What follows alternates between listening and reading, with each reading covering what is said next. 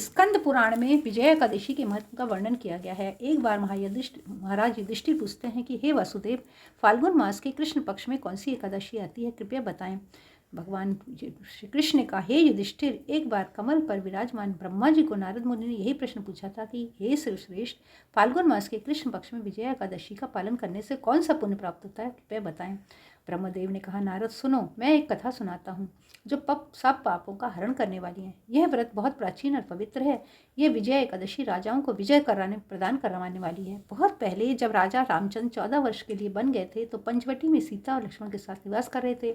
वहां से रावण ने सीता हरण किया था। इस दुख से उन्हें व्याकुलता हुई और सीता जी की तलाश में वन वन भटकते हुए उन्हें जटायु मिला जो मरणासन्न था। उसके पश्चात उन्होंने वन में कबंध राक्षस का वध किया। सुग्रीव से मित्रता करके रामचंद्र जी ने वानर सेना को संगठित किया।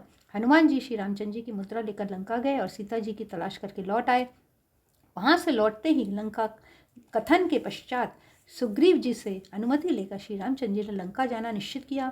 सागर तीर आने पर वे लक्ष्मण से कहने लगे कि हे माँ सुमित्रा नंदन, इस अगाध सागर में अनेक भयानक जीव जंतु हैं, इसे सुगमता से कैसे पार करें। लक्ष्मण जी ने कहा, महाराज, आप ही तो आदि देव और पुराण पुरुषोत्तम हैं, आपसे कुछ भी छिपाना असंभव है। इस द्वीप में प्राचीन काल में बकतालप मुनि रहते हैं, पास ही उनका आश्रम है। हे रघुनंदन, उन्हें इस समस्या का समाधान पूछते हैं।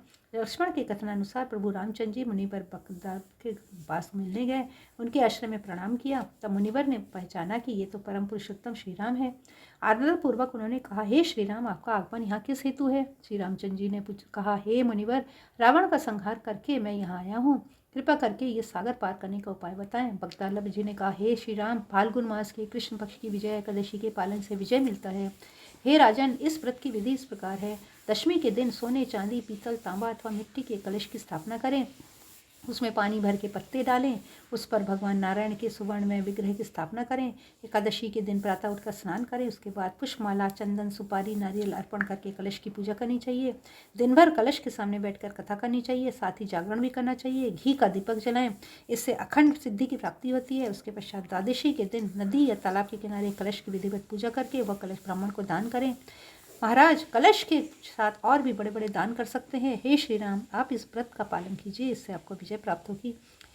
तब ब्रह्मा जी कहने लगे कि हे नारद, मुनिवर के कहने अनुसार प्रभु श्री रामचंद्र जी ने विजय एकादशी का व्रत किया। इस व्रत के प्रभाव से श्री रामचंद्र जी विजयी हुए। इस व्रत के प्रभाव से मनुष्य को जीवन में विजय प्राप्त होता है और अक्षय परलोक प्राप्त होता है। भगवान श्री कृष्ण ने कहा, इस एकादशी का पालन सबको करना चाहिए। इसका महात्मा सुनने से वाजपेयी यज्ञ का फल मिलता है। ओम नमो नारायणाय।